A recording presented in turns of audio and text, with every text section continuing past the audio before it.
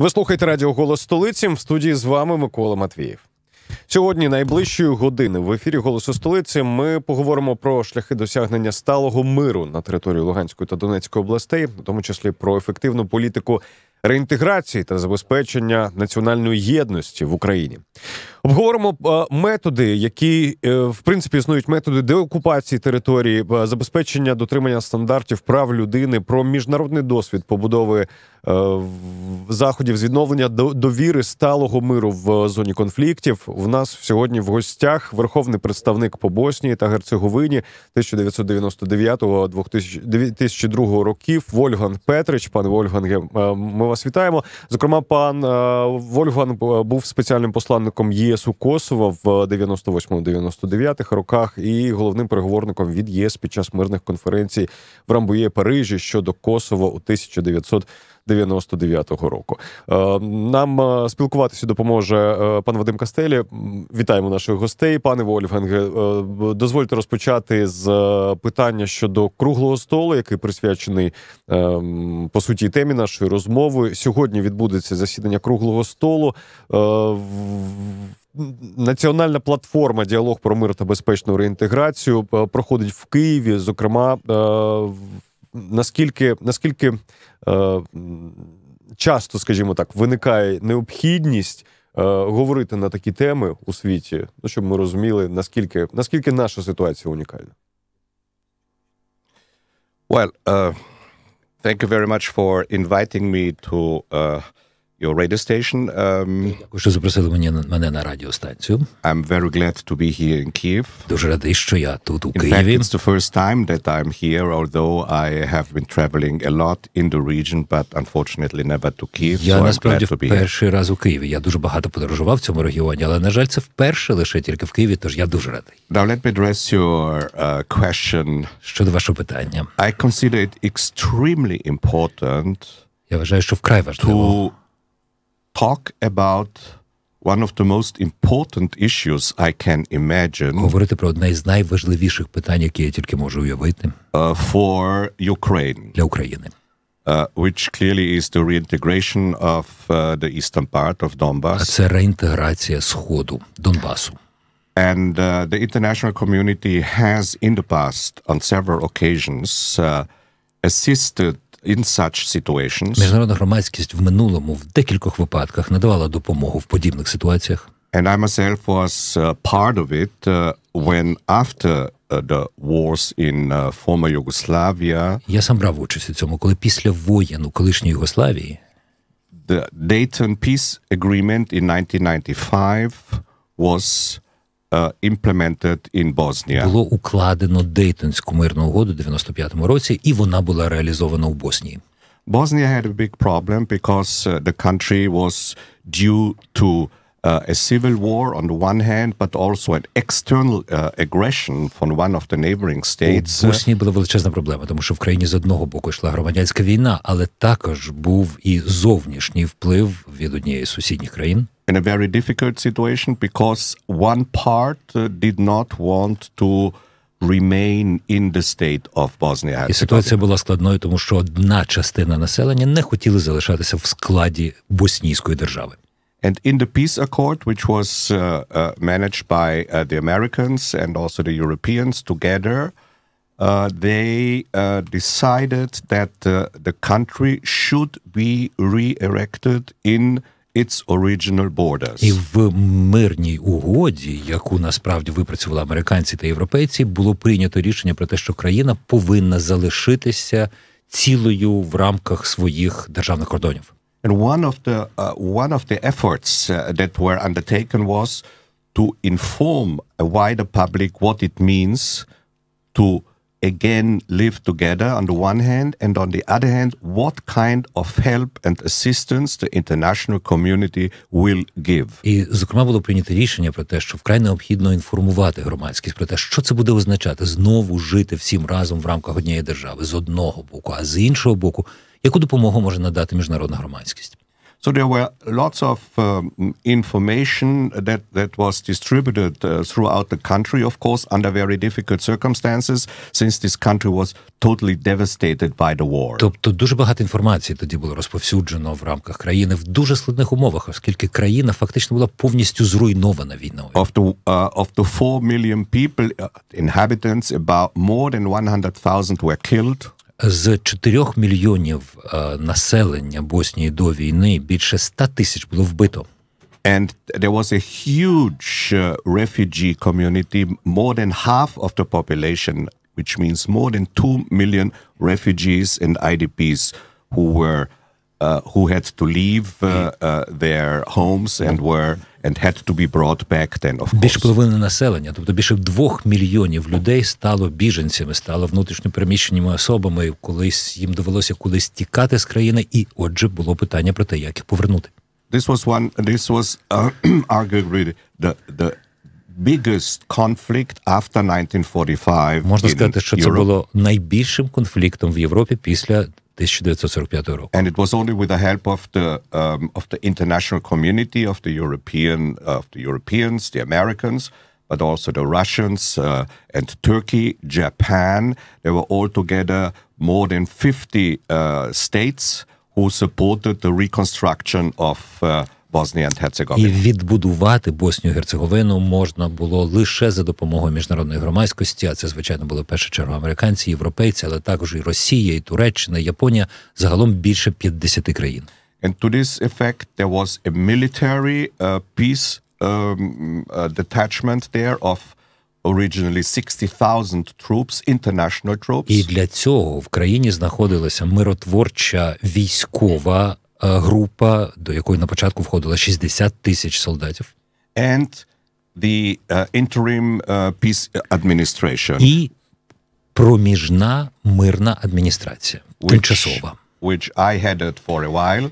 Я якраз певний час був її головою. Our main task was to rebuild the state structures. І головним нашим завданням було відбудувати державну структуру. Political, administrative, judiciary. Адміністративну, судову. And the very important part was to bring back the refugees. І, звичайно, дуже важливим завданням було повернути біженців. Ви слухаєте радіо «Голос Столиці». В студії з вами Микола Матвієв. В нас в гостях сьогодні верховний представник по Боснії та Герцеговині 1999-2002 років Вольфганг Петрич. З паном Вольфгангом говоримо про, зокрема, досвід закінчення конфлікту по Боснії. Зокрема, чи можна цей досвід певним чином брати, реалізовувати, прикладати на українські реалії. Про це пана Вольфганга і розпитаємо. Зокрема, дізнаємося, чи є якісь специфічні особливості, які треба враховувати, знов-таки перевносячи миротворчі і досвід врегулювання конфліктів, і роботи інформаційної з населенням. Тож, пане Вольфганге, наскільки ситуації можна порівнювати, чи можна проводити паралелі між конфліктом Боснії тих років і конфліктом, який ми маємо зараз на сході України? Що ви знаєте, зокрема? Well, every conflict, of course, has its own very specific features, causes, consequences. Звичайно, кожний конфлікт має свої власні риси, наслідки, причини. However, there are, of course, structural similarities. Але є структурні подібності. And the results are pretty much the same. І результати майже однакові. Which is, after such a conflict, you have a lot of people killed, war casualties. Після такого конфлікту, як правило, багато людей було вбито. You have a total destruction of trust and reliability. Як правило, абсолютно повністю зруйнована довіра. And you have the economic and social consequences. І є економічні і соціальні наслідки. And these were the problems that we had to face in Bosnia-Herzegovina. І саме з такими проблемами ми зіштовхнулися в Боснії і Герцеговині. So I can imagine that one can indeed learn quite a lot for a possible future civil administration here in Ukraine. Отож, я думаю, що дійсно можна з цього досвіду багато чого почерпнути для роботи майбутніх цивільних адміністрацій на сході України. And I think, therefore, it is a good idea to study very carefully how the international community, the United Nations, for example, the European Union, or other bodies like the OSCE went about in Bosnia, or also, for that matter, in Kosovo. Я думаю, що з цієї причини дуже важливо глибоко вивчити те, як міжнародна громадськість, в першу чергу ООН, Європейський Союз, але також і ОБСЄ, як вони намагалися залагодити всі ці проблеми в Боснії, а потім і у Косові. For me, it was very interesting that Bosnia was negotiated in 1995, and from then on there was an international civil administration there as well as a military. Для мене було дуже важливо, що після укладення Дейтонських угод у 95-му році в Боснії почала працювати міжнародна цивільна адміністрація, але також були і військові. And when we later on, 4 years later, negotiated in Rambouillet and in Paris the Kosovo conflict, we of course had already the information and the experience from Bosnia. І, звичайно, коли 4 роками пізніше ми проводили мирні переговори щодо Косова у Парижі і в Рамбує, то у нас уже був накопичений важливий досвід вирішення конфліктів в Боснії. And the same, of course, would also apply to a possible peace arrangement for Donbas, where there is now a lot of experience around, but this has to be studied very carefully and adapted to the very specific situation on the ground here in Ukraine. І, звичайно, ясно, що цей досвід також може бути успішно застосований і до переговорів про майбутнє залагодження миру в Донбасі. Хоча зрозуміло, що цей досвід міжнародний накопичений треба буде, звичайно, адаптувати до конкретних умов України. Пане Вольфганге, скажіть, будь ласка, якщо мова йде про врегулювання конфлікту на Донбасі, зрозумілим є, ну, по-перше, там перші кроки, да, ми зараз говоримо про введення миротворців як необхідний крок задля того, аби розпочати знов-таки чи то інформування, чи то переговори, взагалі налагодження там життя. Без втручання посередників, третьої сторони, переговорників, неможливо буде цей конфлікт залагодити, на вашу думку? Well, I think what is very important, before you employ a peacekeeping operation, you need to have a very clear mandate. Я думаю, що перед тим, як сюди буде введена миротворча місія, треба дуже чітко розуміти, яким буде її мандат. What is the goal of such a mission? Яка мета роботи такої місії? And the goal, of course, in this specific case in Donbas is obviously the reintegration of this part. Що мета роботи саме в Донбасі має бути реінтеграція цієї частини України. The state of Ukraine. До держави. Yeah? But however, clearly a conflict has produced a new situation. Але зрозуміло, що конфлікт привів тепер до нової ситуації. So therefore you have to take into consideration this new situation in terms of what are the consequences of the conflict and how can the consequences of the conflict economically, politically be undone. І, звичайно, тому треба брати до уваги цю нову ситуацію, що вже склалася, і розуміти, яким чином наслідки конфлікту, економічні, політичні ситуації можна вирішити. And this is important when the talks and the negotiations are underway. Це важливо тоді, коли ведуться переговори. That Ukraine, of course, knows exactly what it wants. Важливо, щоб Україна точно знала, чого саме вона хоче досягти. It wants to reach this goal. І як вона хоче досягти цієї мети. So again, I'm referring to the Balkans, to former Yugoslavia, to study those treaties there, the peace treaties, peace accords, and the practical implementation, how it was done. І тому я ще раз кажу, що настільки важливо вивчати це, як це робилося на Балканах. І з одного боку вивчати мирні угоди, і з іншого боку, як саме вони реалізувалися. What has worked, what has not worked. Що спрацювало, що не спрацювало. What should we avoid, чого треба уникати. Put our emphasis on. І на що треба звернути особливу увагу. And I think one of the main issues in this respect is how do I bring peace and security to the people who live there. І я думаю, що одне з найголовніших питань, яке повинна поставити перед собою Україна, це як створити безпечне середовище для людей, що там живуть. How do you find a way to reunite the conflicting parties and people from before. І як знайти той шлях, який знову зведе разом людей, які опинилися по різні боки конфлікту. And I deeply believe that the best way is to talk to each other. Я глибоко to have a впевнений, dialogue, що найкращий шлях – це розмовляти, вести діалог. To already now start preparing. І вже зараз починати готуватися. Ну, з іншого боку, питання, якщо зараз починати готуватися, конфлікт вже триває певний час, чи впливає те, як швидко люди стають до діалогу після початку конфлікту на розв'язання, по суті, конфлікту, на закінчення цього конфлікту? Well, clearly you do not know, we all do not know if and when this conflict will reach a stage where we can finally start to negotiate in a serious way. Звичайно, ми всі не знаємо, коли цей конфлікт опиниться на тому етапі, коли ми зможемо почати реальні, серйозні переговори. The reintegration. Про реінтеграцію. Right. This is, of course, true. Це правда. But we know from other conflicts that it always takes quite a few years. Але ми знаємо з історії інших конфліктів, що на це завжди йдуть роки. Until the situation is such, аж доки ситуація не буде такою, that most of the participants in this conflict що are більшість ready учасників конфлікту будуть готові. to find a constructive solution. Готові знайти конструктивне рішення проблеми.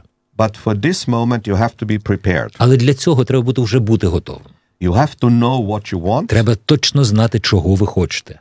Each and every single option, possibility, alternative has to be well І researched. треба зважити і добре вивчити кожний можливий варіант, кожну альтернативу. And to have a public dialogue is actually a very important platform in order to prepare the people. І для того, щоб підготувати людей, дуже важливо вести такий відкритий публічний діалог. In order to get them also to think about it. Is this right? Is it not Зокрема, і right? для того, Bring щоб in new ideas. люди почали думати про те, чи це правильно, чи неправильно, щоб вони почали подавати нові ідеї. And this needs to start on the local level. It has to be on the national І level. це повинно починатися на місцевому рівні, виходити на національний рівень. And also on the international level. І на міжнародний.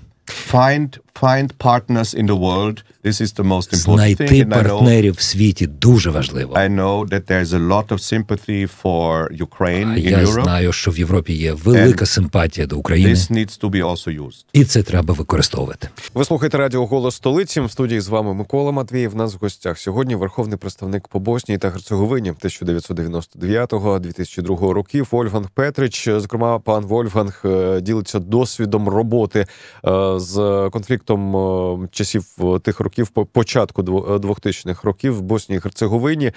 Зокрема, з цим певним досвідом, каже, можна працювати за будь-яким конфліктом. Звичайно, що є у кожного конфлікту свої певні тонкощі. Проте, один з механізмів, який був використаний, зокрема, і при конфлікті того часу Боснії і Герцеговини, є транзитна адміністрація. Зокрема, про те, що таке транзитна адміністрація, як це працює, перехідні адміністрації, наскільки вони повноважні, в якій сфері, чим саме допомагають.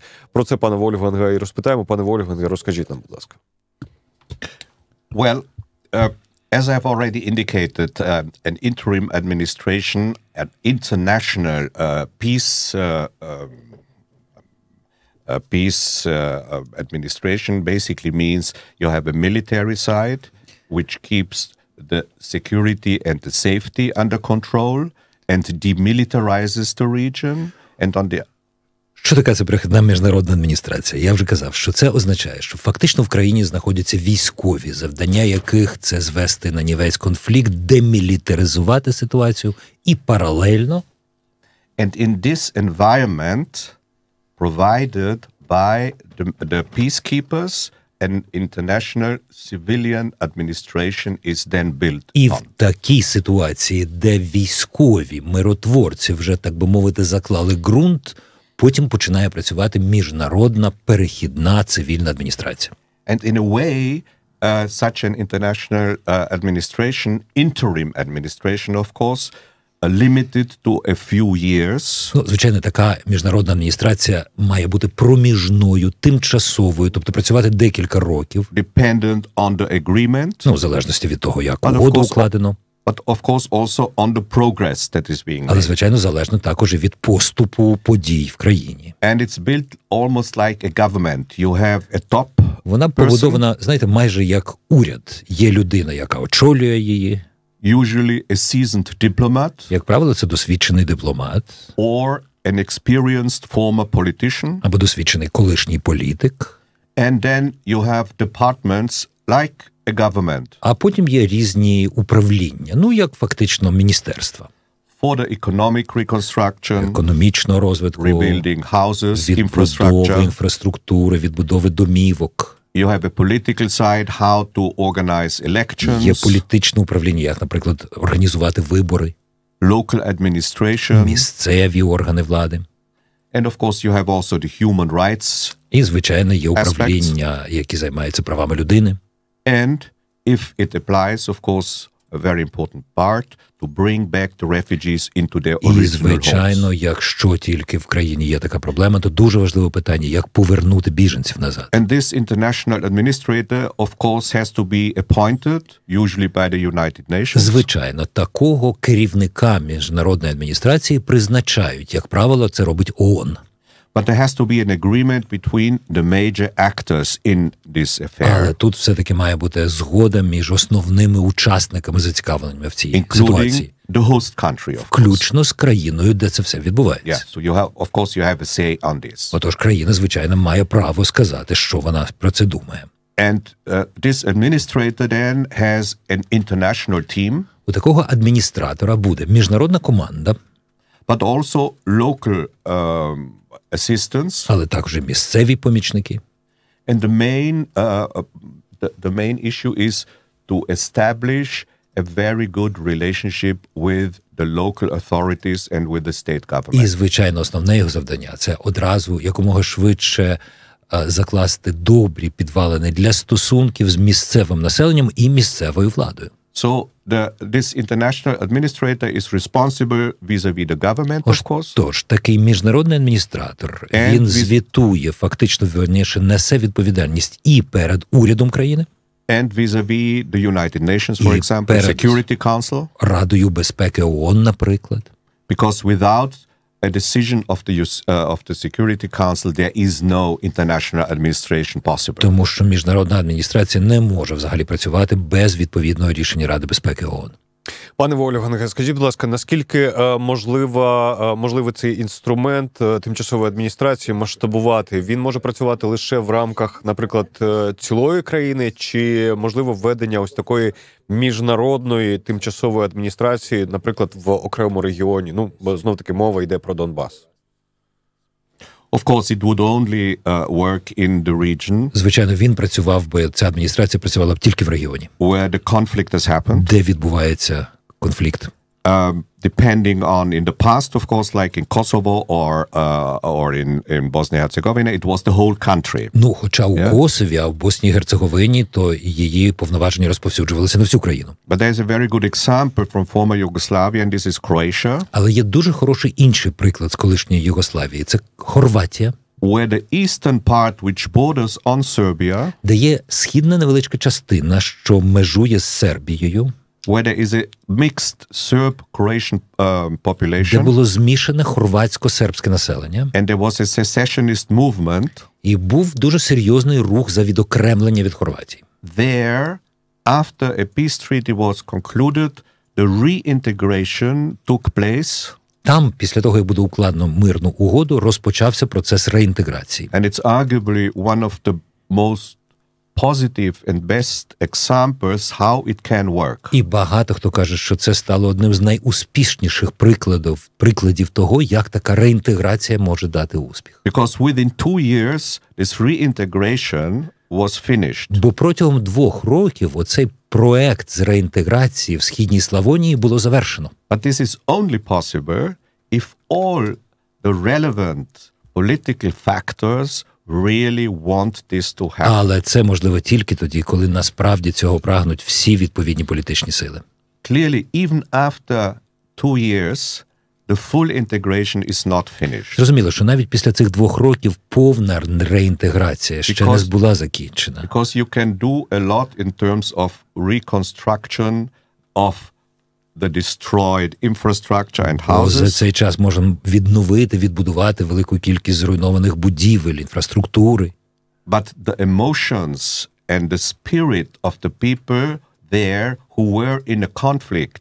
Але емоції людей, які тільки що були в конфлікті між собою, to restore reconciliation in this will take much longer. Привести їх до примирення, це піде значно більше часу. But this cannot be done by the international administration. Але це не може вже зробити міжнародна адміністрація. They are the people themselves. І тут самі тільки люди have to reach out.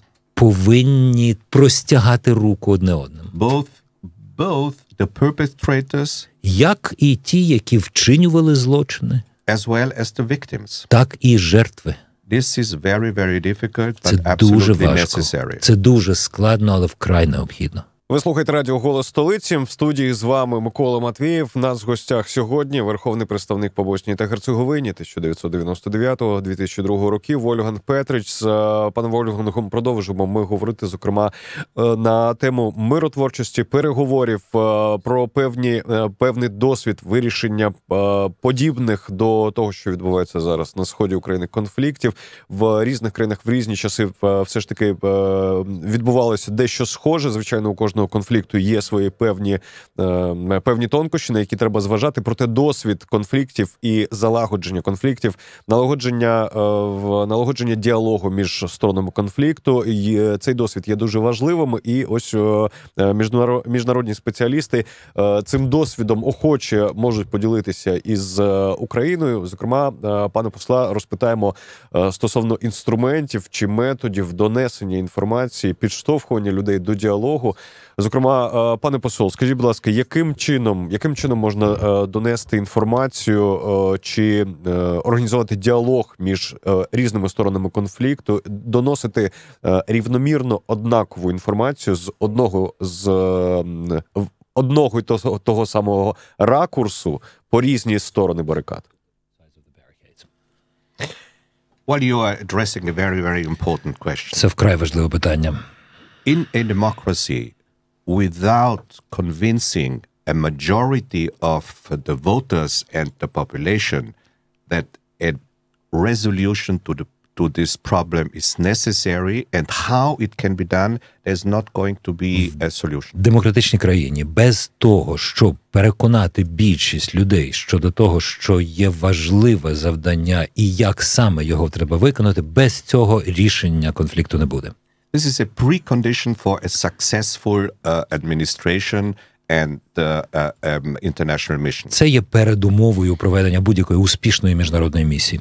A lot of the work, most of the work rather, has to be done in the country itself and by its citizens. І більшість цієї роботи повинна робити сама країна, її громадяни, by politics, її політики and by the media. І засоби масової інформації. I believe these three factors. Я думаю, що ці три фактори є найважливішими.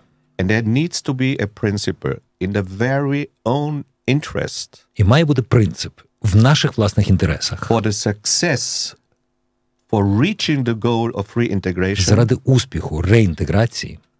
Be very factual. Треба бути дуже фактологічними.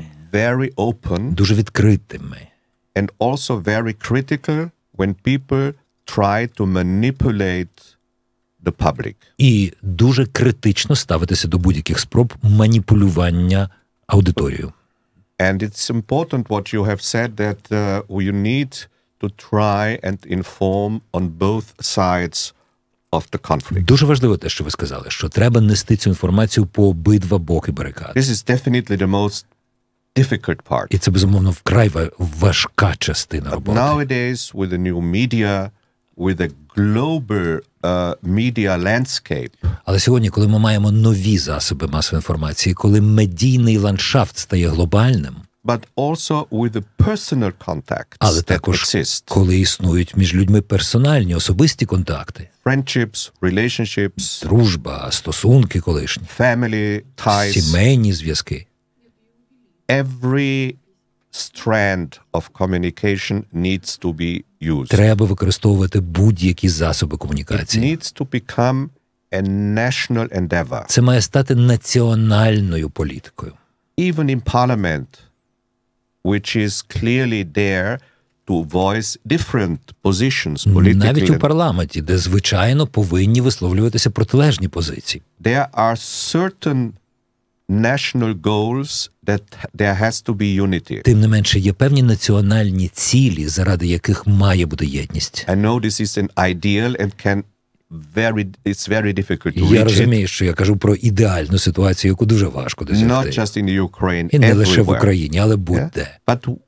But we have to strive to reach this. Але треба намагатися досягти цього. This is the greatest strength, and this will convince even enemies or adversaries who are much stronger, maybe militarily or otherwise. Це насправді є дуже потужним засобом, який можна переконати і громадян, і навіть і іншу сторону, яка може бути значно більш сильною з військової точки зору.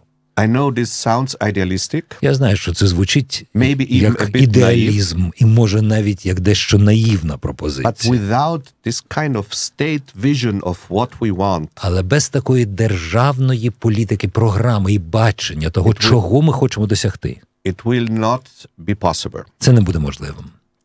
Пане посол, скажіть, будь ласка, а переговори на нейтральних територіях, наскільки вони є ефективним механізмом задля того, аби все ж таки наблизити сторони до або ж бачення одного ситуації, або ж початку пошуку компромісу, тому що в будь-якому разі, якщо є конфлікт, кожна зі сторін чогось у цьому конфлікті вимагає, вони будуть шукати декому що можливо поступитися своїми поглядами.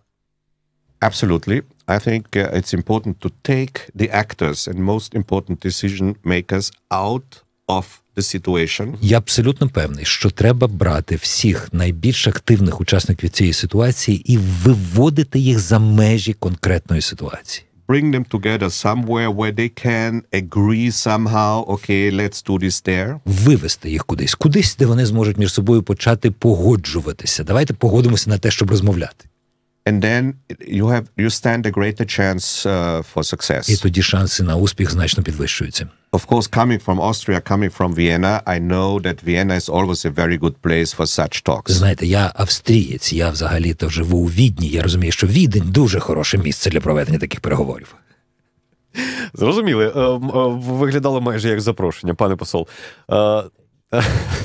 При тому, чи правильно розуміємо, що після того, як переговорники на нейтральній території дійдуть певної згоди вже на продовження діалогу, цей діалог треба масштабувати як? На що? На кого? Кого мають залучати переговорники потім до подальшої розмови?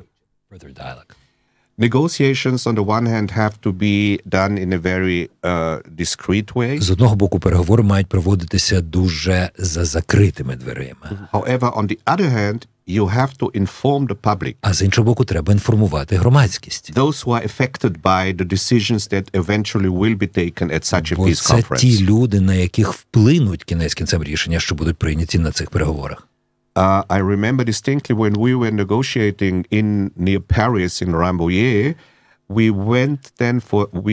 we interrupted the negotiations and went to Kosovo and to Serbia for 3 weeks and informed politics, the public, the media about where we stand. Наприклад, коли ми вели переговори щодо врегулювання ситуації у Косові, то ми з Парижа, з Рамбуєду, ми вели наші засідання, потім на 3 тижні їздили до Косова, до Сербії і інформували всіх і політиків, і журналістів, і громадськість про те, як, власне, на якому ми етапі.